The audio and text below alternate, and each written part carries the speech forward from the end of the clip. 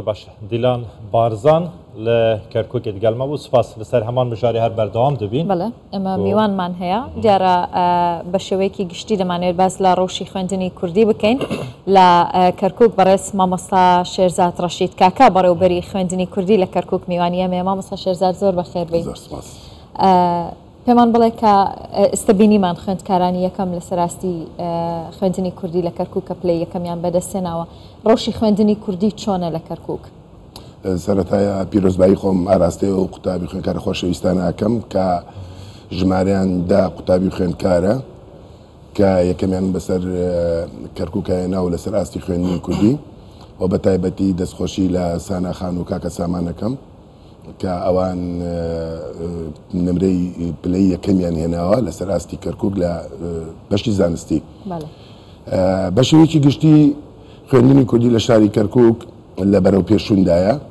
و ئەوانەی چاوەڕێیان دەکرد کە وەکو ئێمە ژۆک و خانەقینمان لێبێ کە خوێندنی کوردی پاشە کشێ بکە وەردەوەردە قوتابخانەکان یەک لە دوایەک داخرێ ئەو خەونەیان نهاتە دی و قوتابیان و خوێندکارانی خوێندنی کوردی لە شاری کەرکووک و مامۆستایان سەلماندیان کە خوێندنی کوردی بێ بەردەوام بێ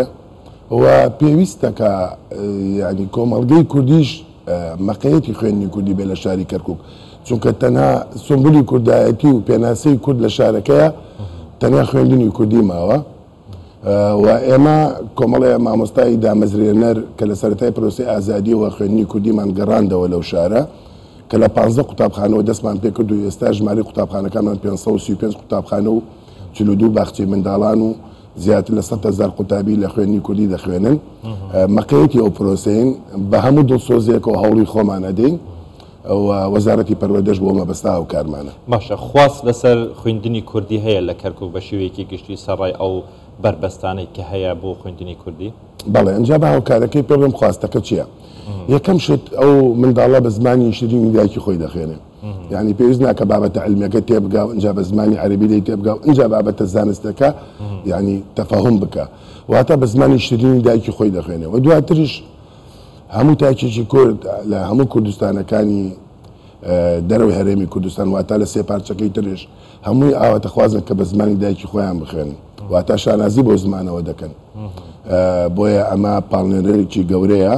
و دواتریش وەکو ئیمتیازات بۆ تەڵەبەی کورد لە شاری کەرکووک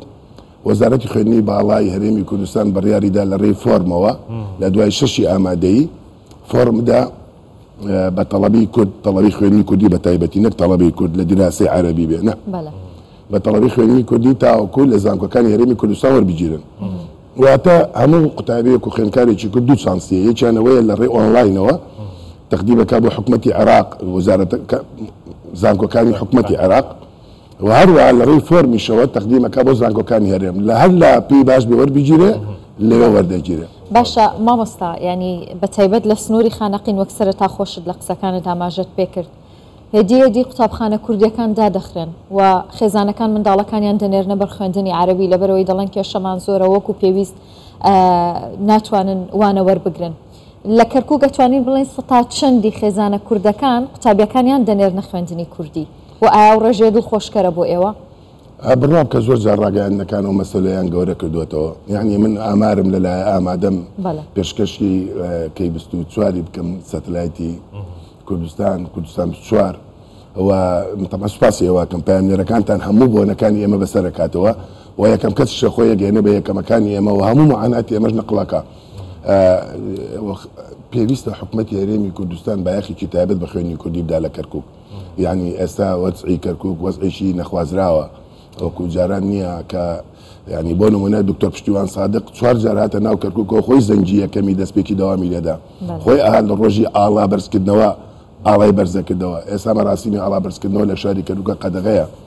یعنی قوتابی خوێندکاری کوردی بەسەر دەکردەوە. ئێستا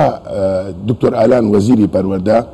زۆر هاوکارمانە چۆن ئێمە ڕۆژانە معاناتمانێ ڕۆژانە بربەستمانێ یەکێک لەوانە لە کاتی تاقیکردنەوەکانی وەزاری بۆ ماوەی 4 ساڵی ڕابردوو لە پرسیارەکانی کیمیا لە بابەتی زانستی هەڵا هاتەوە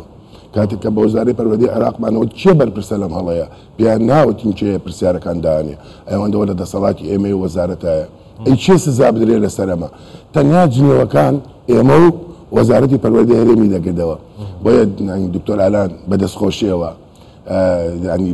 لەڕێ پەیوەندیەکان لەگە وزاری پەروەردەی عێراق ئەم بابەتی چارەسەر کرد کە هەڵە لە پرسیارەکان نەهاتەوە. لە 2017 دوای ڕۆداوەکانی 16 ئۆکتۆبەر ئەنی زۆر شت لە کەرکوو گۆڕدرا،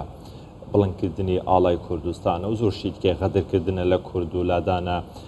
خەڵکی کورد لە پۆستەکان لە ئەستیقاکەکانی خۆیان. ئێستا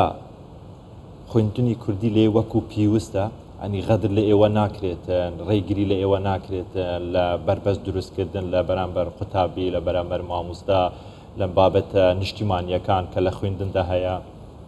ئێمە چەند بۆنەیەکمانە بوو، یەکێکیان مەراسیمی بەرزکردنەوەی ئاڵا بوو لەگەڵ هەموو هەرێمی کوردستان ئاڵامان بەرزە کردو. ئێستاوە قەدەغەیە ڕۆژی جلی پێشمەرگەمانە بوو، ئێستا ئەوە مەراسیمە نەماوە.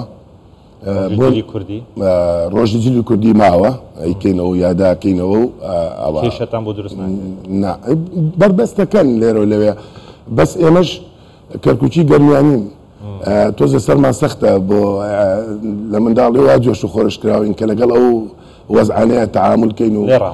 لێ ڕاهاتوین و بە ئاسانیش کۆڵ نادەین. جلی کوردی نەتەوەی خۆمان لە بەرەکەین هەموو ئاهەنگ و مەراسیمەکانایە یادی ڕۆژی هەڵەبجە هەر دەکەینەوە، کیمیابەرانی هەڵەبجە، یادی جینۆسایدی گەلەکەمان ئەنفالەکەینەوە. بەڵام ئەو دوو مەراسیمی کە باسم کرد بە تەحدید ڕۆژی جلی پێشمەرگە و ئاڵای کوردستان قەدەغەیە. وەکو بربەستەکانیش بۆ خوێندنی کوردی، یعنی ئێمە ئیمتیحاناتمان لەگەڵ بەغدایە، پرۆگرامەکانمان لە هەرێمە، زۆر جار ئەوان لە هەڵە لە پرسیارەکان دروست ئەبێ. زۆر جار بۆ پێداویستی قوتابخانەکانمان جیاکاریمان لەگەڵ ئاکرێ، یعنی وەکو قوتابخانە عەرەبیەکان سێر ناکرێ. ملاحەزاتمان زۆرە لەسەر ئەدایی، ینی زۆر سەرۆک بەشەیە لە ناو مدیرەی عامی تەربیە کردبوو کە ئێمە خوێندنی کوردی بەشێکی لەو بەڕێوەبەرایەتی گشتیە، سەرۆکی بەشەکان نادرێ بە کورد. ئەمانە هەموو هەیە، بەڵام ئێمە لە کۆتاییە بڕیارمان داوە کە پرۆسەی خوێندن بە زمانی کوردی دەبێ بەردەوام بێ. ئەنجومەنی وەزیرانی حکومەتی هەرێمش و بە تایبەتی لەم کابینەیە، ینی بۆ نمونە پێشماوەیەک بایی ینی پارێکی زۆر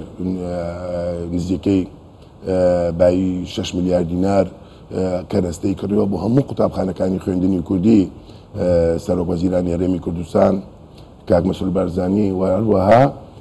ئەلەو ماوانەش دەستگای خێرخوازی بارزانی زیاتر لە 20 قوتابخانەی بۆمان نۆژەن کردوەوە لە شارەکەیە. دەمیست دۆ پرسیارەکە مامۆستا شێرزاد، دۆخی قوتابخانەکانتان چۆنە؟ بینەی قوتابخانەکانتان باشن؟ بە شێوەیەکی گشتی بیناکانمان عایدی حکومەتی عێراقا و ئەوان نۆژەنیەکەن و ئەوان دروستیەکەن، دەستخۆشییان لێکەن، بینای جوانیان دروست کردووە. بەڵام بۆ نمونە ئامادەیی چوارچرا لە گەڕێکی ڕەحیماوە کە زیاتر لە 32 تەڵەبەی معدەلیان لە 93 و تاوکو 99ە، جوانترین و قەشەنگترین ئامادەی ئێمە لەو شارە تەسەوەرکەن کە بڕۆنە نایەوە نازان لە چ وەزعێکە، یعنی پێویستی بە نۆژەنکردنەوەیە بە بۆ یاغێکە، یعنی لەو منطقەیەکە و بینایە بڕخێنین و دروستی کەینەوە، تەڵەبە بێلانە ئەبێ، تەڵەبە بێ قوتابخانە ئەبێ. بۆیە یعنی من چەند جارێکش لە ڕێی کەناڵە جوانەکەی ئێوەوە داوام لە سەرۆکی حکوومەت کردووە کە پێویستەکە بودجەیەک بۆ خوێندنی کوردی تەرخام کە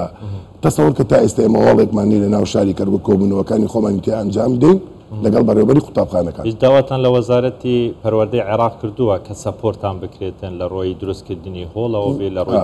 دامەزاندنی مامۆستا بێ، میلاک بێ، لەوەش کێشەتان نییە؟ تەسەوەر کە لە 2002 تا ئێستا ئێمە پەروەردەکەمان 3 سیارەی هەیە